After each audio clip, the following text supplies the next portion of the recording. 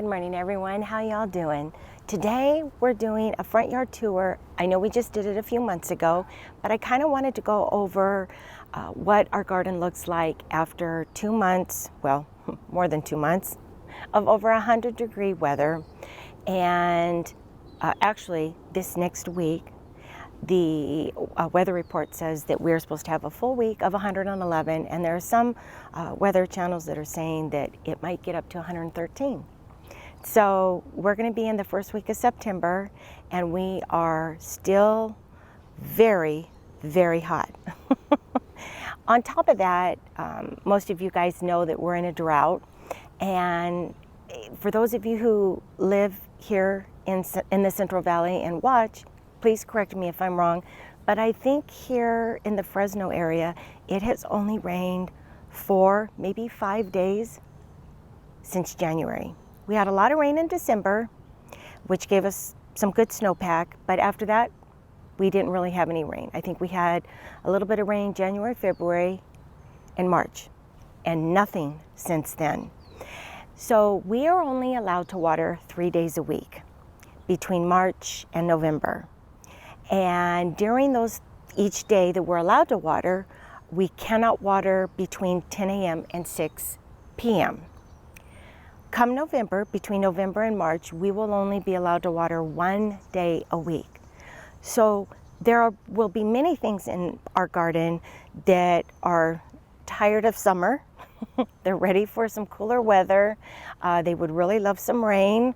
And I just wanted you to see kind of what has done okay, what's done well, and what's kind of suffered during these months. I think we're well over 60 days again of over 100-degree weather. So let's go take a look and see what's still alive in my garden.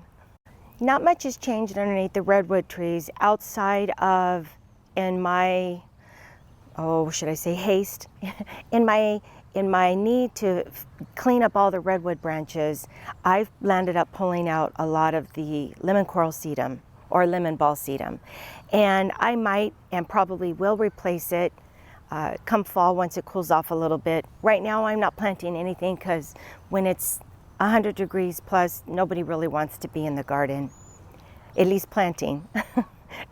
So you will notice that the impatiens look leggy, and normally, I've never talked about this, you can cut them down to about 2-3 inches midsummer and they will flush back again. I have not done that. There are a few that I did do the other day. It's late in the season to be doing that, but that is something that if you have impatiens and they get a little leggy, you can trim them back and they will flush back again. Other than that, everything is doing real well. I've trimmed back, deadheaded all the agapanthus blooms from earlier in the season, and probably, hopefully come October, that's probably about the time that I get back to planting perennials, and hopefully it'll be cool enough I can get some cool weather annuals in here. And you can even tell over near the tree where I have forgot to pick up some redwood branches over there. So it gets pretty heavy in here. I've thought about doing lamium, but then all the redwoods would lay on top of the lamium. So I'm not sure if I could get those branches off easily, but I've thought about doing a lamium ground cover. Let me show you the Dianthus up here. This is my first year planting Dianthus, and I think it has performed phenomenally well for the level of heat and sun that they get. This is a south-facing area, so these Dianthus sit in the sun literally almost all day. And I have not deadheaded them except for that first time I did it in the spring, and they're nearly touching each other. So it's a win, and I'm hoping that once the weather cools off that maybe they'll bloom even more. The rose tree, and I think it's called Strike It Rich, I wanted to deadhead it, but I thought I'd leave the old blooms on so you could see the new fresh ones look absolutely beautiful. Such a very, very beautiful apricot peach color. But the spent blooms look almost burnt. And I think that's just due to the heat. Of course, this sits in the sun the majority of the day. It's super early in the morning right now. But I just wanted you to see that even in our 110-degree heat, it's faring pretty good. Of course, I think it looks the most beautiful in the spring. The Lantana looks beautiful. I've talked to my husband about taking the Rockin' Fuchsia Salvia out. It looks leggy, and I'm not sure why. I trimmed it all the way down early spring. And I don't know why it doesn't look more full near the bottom. And I've thought about replacing it with something different. I don't really want to say quite yet, but my husband thinks that they'll be just fine. Leave them be, trim them again come spring. I normally don't trim anything in the winter. We do all of our hard pruning, the fountain grass, roses, salvia, anything that needs a good hard prune, we normally do that early spring.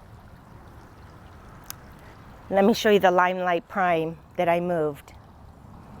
You can see that it has been enjoying its new spot. It gets far more sun here than it did when it was sitting behind the coleus. Of course, no blooms this year, but again, I wasn't sure if when I moved it, it would be in too much sun, but it's doing really well, and I'm hoping next year I'll actually have some blooms on it. Over here around the bird bath, you can tell the Veronica. This is the third time I've cut it back, so I'm going to cut it back one more time. And I'm not sure if it'll bloom before winter, but I wish it looked thicker than it did. So I'm not sure if some of these shrubs kind of shade it too much and it doesn't receive enough sun. Even my coleus doesn't look quite as tall as it normally does, and I normally clip off the flowers, but I've left them here. And then let me bring you around over here to my David Austin roses. Right here are my 3 David Austin roses, and you can tell there's a rose that I didn't deadhead. These gave their biggest flush of blooms during the spring. They have bloomed off and on during the summer. Look, you can tell, I'm not sure if the leaf cutter bees have gotten to them. I've been spraying it. Not all of them have it, and the ones that do only have it really on the upper set of leaves, not down below. So I'm not sure if it's going to bloom anymore before winter. It probably will, but not as prolific as it did in the early spring. Next to that, you will see dahlias that I've planted. In fact, here's one right here. I don't know the name, I'd have to look it up. It looks really little. But then I was going to show you over here, off to this side. I think my best performer so far this season has been the Kelvin Floodlight. You can tell that this one's getting ready to open. And I think potentially I have, so that's 1, 2, 3, 4, 5, 6, 7 down here. Maybe when it's not 110 degrees, more of them will begin to bloom. But I've been real happy with them, and for the amount of water I've been able to give them, there's a little bit of leaf burn, and you can tell. But so far so good, and I'm hoping to plant more dahlias all the way down our fence line. Let me come back around the other side and show you some of the changes we're going to make to this back flower bed. Along the border, these vincas some of them are brand new this year, and some of them are, I think this is the 3rd season that I've had them in the ground. Not all of them survived over the winter, and that's why you'll see the smaller ones are the brand new ones. And again, I'll keep them in the ground, and as long as they keep performing, I will keep cutting them back. Hopefully they will come back each spring. Then of course around the side is Saidi garlic, which does very well in our heat. And I've been happy with that. I think I spoke during the last tour that I have 3 diamond frost euphorbias down here. This is probably, I think, the third season I've had those in here. I have not ever cut them back, so they just continually to grow each season, and they've done well in our heat. I like that little delicate white flower that they produce. And then behind that are more dahlias that are from last year. We don't dig up our dahlias over here, so these are the ones that I planted a year ago. They haven't bloomed yet, but I'm patiently waiting. Back here, along the back side of our fence, this is where I'm gonna do a few changes. We had a whole lot more blanket flower and some petunias. The petunias didn't make it, and the blanket flower looks like it's been stomped on.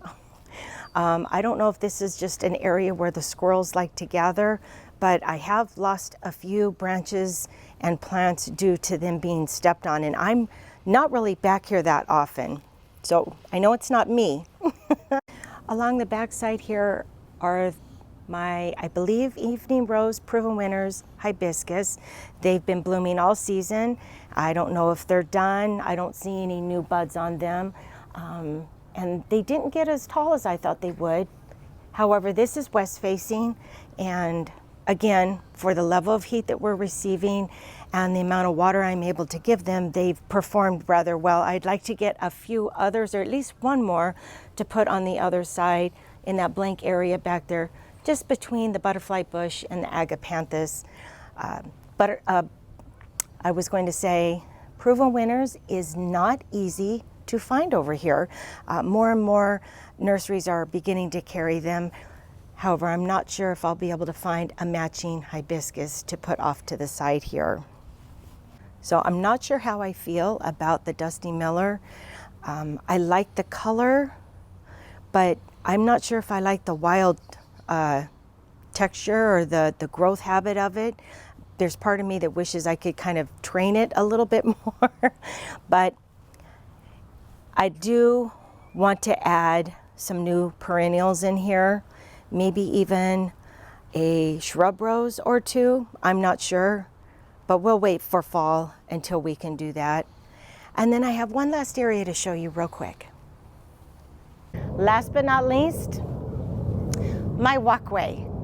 Before I talk about that, if you hear a rumble in the background noise, those are F-15s that are flying over us right now. I don't think I can grow petunias in my walkway. This was the second year I tried them, but in this particular area, I'm not sure that that is something I can do. And the reason why, they looked good for a few weeks, and then when the heat started ramping up to 110 consistently, one by one they started to die out. Also, I'm not sure if the camera can pick it up, but the parkway area, I call it, park strip, we have a Chinese pistache tree. I was trying to remember what kind of tree. And underneath that, we had purple petunias. And actually, those lasted the longest, and I think because they are in the shade most of the day until the end of the day. So those actually lasted longer than my walkway. I'm gonna insert a photo of, we have, was about maybe 8 or 9 baskets, hanging baskets of petunias. And I picked those up for a really good deal. And my thought was behind that, I was gonna break them up and put them in different areas. And I just never got around to it because, you know, once it gets to 110, nobody wants to garden. You just kind of want to make sure everything stays alive. So they've remained in their baskets. I have had them for over 2 months, and they look beautiful. I've been able to control where they're at. They get early morning sun, and then they're in shade rest of the day. Now, typically petunias can be in sun all day. I'm just not sure if they can handle 110 consistently. And again, we just don't cool off at night either. We don't hit the 60s or 50s. And I know there are some areas in California where it will get really warm, but then it cools off at night. So I think I'm going to not do petunias anymore in my walkway, and I'm just gonna leave it be, leave it clean. I know it looks a little empty, but I'm holding on for that cool weather to come so I can put some cool weather annuals in here. And if we continue to hang on to some warm weather, and what I mean by that, 80s, maybe low 90s, I might break them up and put them in here just for a few weeks because they're not going to make it through winter anyway. So I know we're not going to have that 60s and 70s degree weather quite yet, so maybe I will try and put them in here just near the end of our summertime. Thank you guys so much for watching. I hope you all having a really good week, and we'll see you soon. Bye.